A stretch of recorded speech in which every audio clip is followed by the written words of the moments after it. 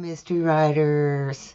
Welcome to Write a Killer Mystery, where we talk about making a good mystery great. And today I want to talk about something really important that will enliven your story, and that's how to add details to your first draft to show the reader the effects of the setting in the story. You're going to ground your reader in the story and make them feel like they're there. Okay, first, I want to thank my patrons on Patreon for their continued support of this video series and my mystery writing. And if you would like to support this all, there's a link in the description below. Okay, so story details bring that story to life. They ground your reader, making them feel as though they are there, that they're there in your story. And to keep your reader present in the story, you want to add details in each scene, every single scene of your story, because you'll help your reader experience the sensory world in your setting, the sensory world of your story, and you guide them into the story with those sensory images that elicit emotional responses. It builds a direct connection with your readers because they know what it's like to hear something, or to taste something, or to see something, smell something, or touch something. All right? Details provide the context of when and where the story takes place. That's kind of the bottom line of it. It's the story context, which is what I call grounding the reader so they're not out floating in space. So solid retail is solid retail. TTT. Solid research builds story details. You work with detail. It actually rests on the research that you do. You want to know the elements of your setting and search for details that will enliven your scenes. So you want to get those details in the setting. The setting is actually like another character in your story, a character that doesn't speak, right? Setting not only grounds your reader and your characters, setting interacts with characters to enhance your story. And the setting is what makes readers feel like they are there in this story. Beginning writers often overlook the depth that setting adds to a story. It embellishes the storyline and the characters. And as you write, you can pull details from your setting research to give your reader a sense of where they are in the story. But first, you want to gather that information. You want to do that research. So you have a solid sense of where your story takes place, the location. And if you have different locations in your story, you want to have a sense of each of those locations. That's the physical environment where your story happens and what many people consider the setting. So country, region, state, town, shoreline, lakeside, inner city, countryside, forest, trail, neighborhood, street, school, county seat, sheriff's office,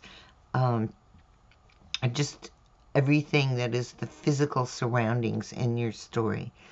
Wherever your characters go in the story provides ample details for you to include in your story. And then the seasons of the year actually help your reader understand the story world. And the time of year provides details that directly impact your characters. And they march through snow, they swelter in the sun, they enjoy spring flowers and suffer from hay fever.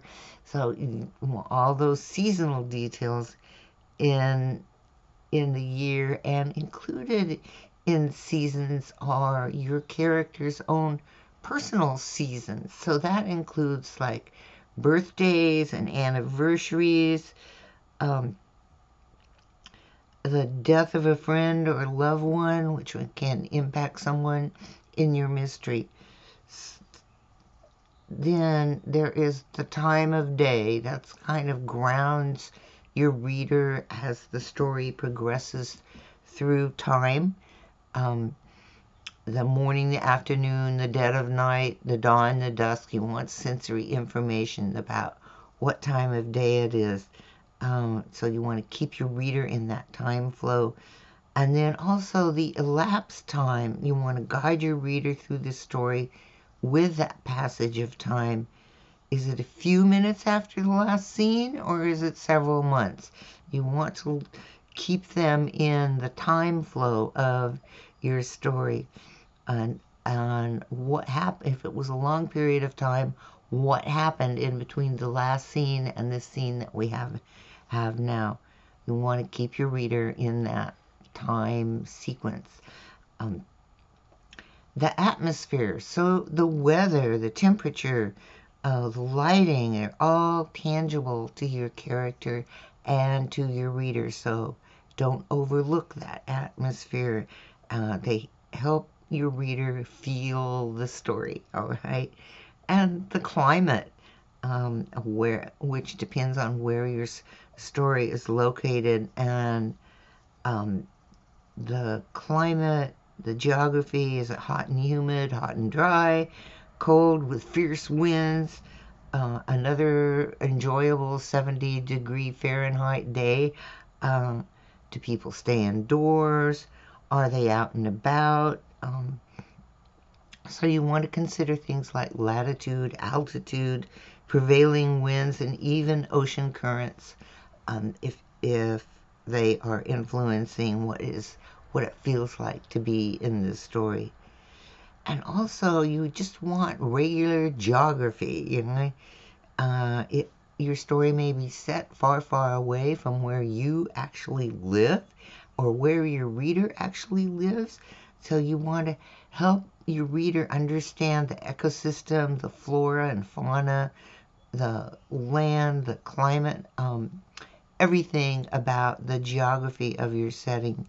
And then there's man-made things like dams and river diversions and bridges and ports and cities and other constructions that can influence the world in your story.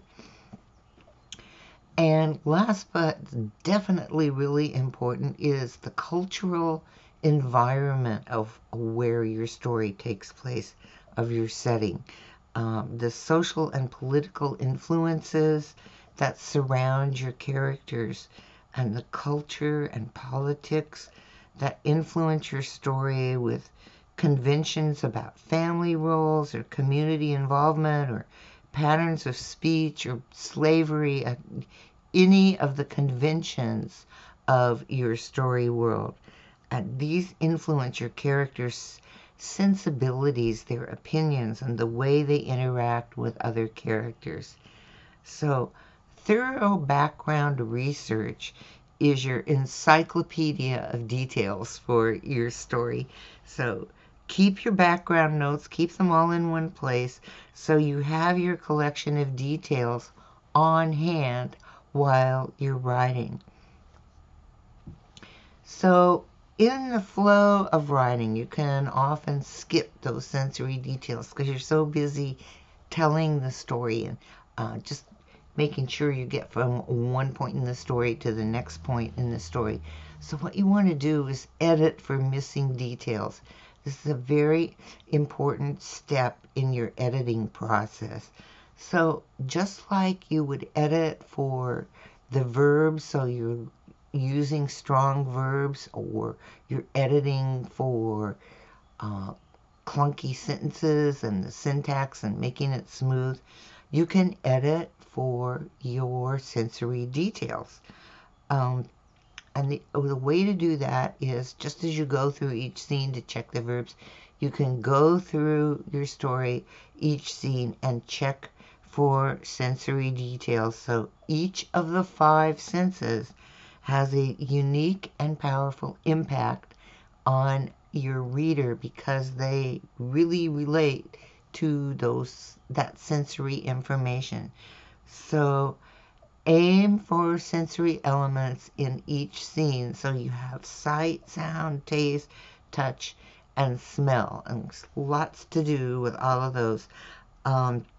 So you want to aim for about 3 of the senses in each scene, and then be sure to mix them up in your scene sequence. So if you have sight, sound, and taste in one scene, they want to create a different mix in the following scene. So smell, touch, and sight in the next scene.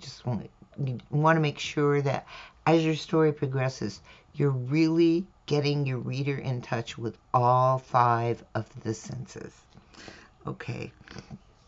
And then a note on, once again, you want to avoid long descriptive narrative passages, and it's much easier to enliven your story as far as the reader is concerned if you drop that sensory information as the story is taking place, rather than a long list of what the weather was like and what's going on.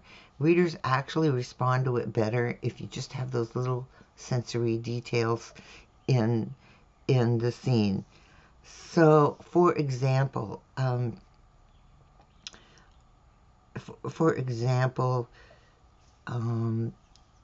change something like, outside the house, wet leaves blanketed the ground after the downpour. Okay, that's telling your reader what's there, but you can get your reader involved with the same sensory information and make them feel how that impacts their progress in this story. So instead of the telling outside the house wet leaves, you can change that to wet leaves clung to Laura's boots as she crept around the slippery mud puddle toward the house. So just bring those details into what's going on in your story rather than setting apart a long sentence or a paragraph with your sensory information. So what you want to do is, I call it creating the afterflow details. So after you've done your story flow and written your first draft, you can go back, because in the first draft you're probably going to miss a lot of those sensory details. That's just what happens. It's normal. And that's why you need to edit with a specific focus on these details. So you'll learn to increase your sensory language without taking your reader out of the story, which is what long descriptive passages do. And at the same time, your book will fill with small details that add up to sensory engagement for your reader. You're giving them a rich sensory experience as you tell your story. All right, I hope that helps. If you have any questions, please put them in the comments below. And once again, I wanted to remind you that Audible is a sponsor of Write a Killer Mystery, and you can link to a 30-day free trial in the description below if you haven't experienced it. One of my favorite stories, and I'm just listening to it for the 6th time, is Adrian McKenty's The Cold, Cold Ground, which is the first in his Detective Sean Duffy series. It's just brilliant. It's just brilliant. And so sometimes when one of the things I like to do is listen to stories that I think are done really well. So every time I listen, I get new ideas about things I can do in my writing. So anyway, if you haven't experienced Audible, it's lots of fun, and I encourage you to get your free subscription and give it a try. All right, so details in your story, be sure to include them in your editing phase. Make that part of your editing process, is look for sensory details. Keep writing, and I'll see you next time.